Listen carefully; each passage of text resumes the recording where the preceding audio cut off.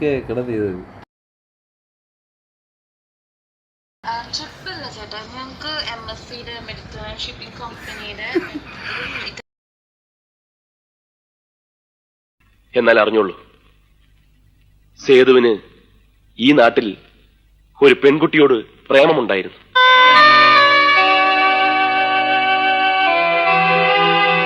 അവളെ കാണാനും അവളുമായിട്ട് അടുക്കാനും വേണ്ടിയാണ് സേതു ഇവിടെ കഴിഞ്ഞത്. സത്യമാണോ നിങ്ങൾ ഈ പറയുന്നത്? ഞങ്ങൾ എന്തിനു നുണ പറയണം? ആരായിരുന്നു പെൺകുട്ടി? ആരാ, ഏതാ, എങ്ങനെ പരിചയപ്പെട്ടു, എവിടെ വെച്ച് പരിചയപ്പെട്ടു എന്നൊന്നും ഞങ്ങൾക്ക് അറിഞ്ഞൂടാ. ഞങ്ങളാരും അവളെ കണ്ടിട്ട് പോലുമില്ല. പക്ഷേ ഒന്ന് മാത്രം അറിയാം, അവൾക്കും സേതു എന്ന് വെച്ച ജീവനായിരുന്നു. പിന്നീട് ഒരു യുദ്ധമായിരുന്നു. ഒരു ഭാഗത്ത് അവളുടെ വീട്ടുകാരയച്ച ഗുണ്ടകളും ബന്ധുക്കളും, മറുഭാഗത്ത് സേതുവും, പിന്നെ ഞങ്ങൾ 4 പേരും. ഇവനെ എടുത്തിട്ട് ഇടിച്ചപ്പോ ഞങ്ങൾ ഒന്ന് രക്ഷിച്ചില്ലേ? അവന്മാരൊക്കെ അതിൽപ്പെടുന്നവരാ.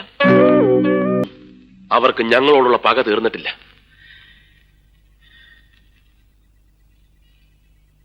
അതെയോ?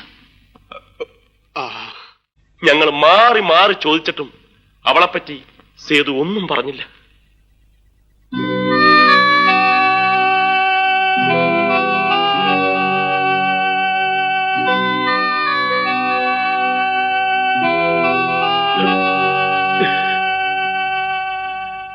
മടങ്ങുമ്പോ ഞങ്ങളെ 4 പേരെയും കെട്ടിപ്പിടിച്ച് സേതു കരഞ്ഞു.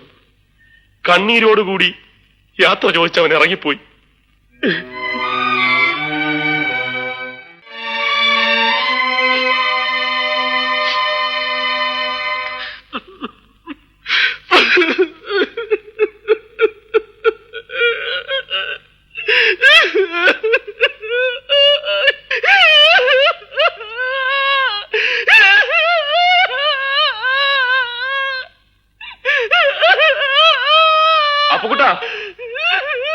അപ്പുക്കുട്ടാ, നീ വന്നേ.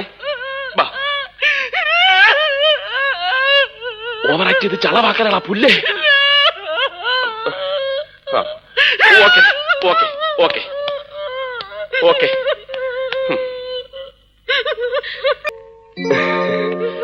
Okay. She's a smart girl. അവൾ റാങ്ക് ഹോൾഡർ ആണ്. നല്ല സ്മാർട്ട് കുട്ടിയാണ്.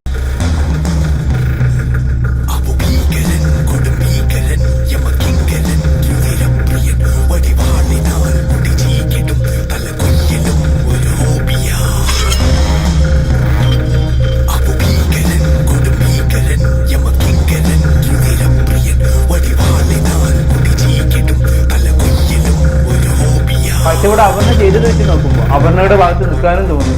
വല്ലാത്തൊരവസ്ഥ തന്നെ കിട്ടും. എന്തായാലും കൊള്ളാം അപർണ, നന്നായിട്ടുണ്ട്. ഹലോ, അതെ, അനിയനല്ല അളിയൻ. എന്റെ ഭാര്യയുടെ അനിയനാണ് വിനോദ്. അയ്യോ, ഞാൻ വരാം. I am a very, very bad man.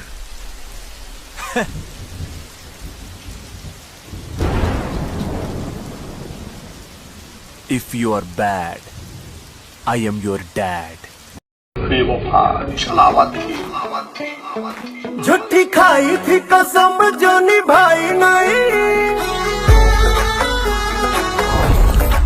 वो झूठी खाई थी कसम जो निभाई नहीं, झूठी खाई थी कसम जो निभाई नहीं, काटी रात मैंने खेतों में तू आई नहीं, काटी रात मैंने खेतों में तू आई नहीं, वो काटी रात मैंने खेतों में तू आई नहीं.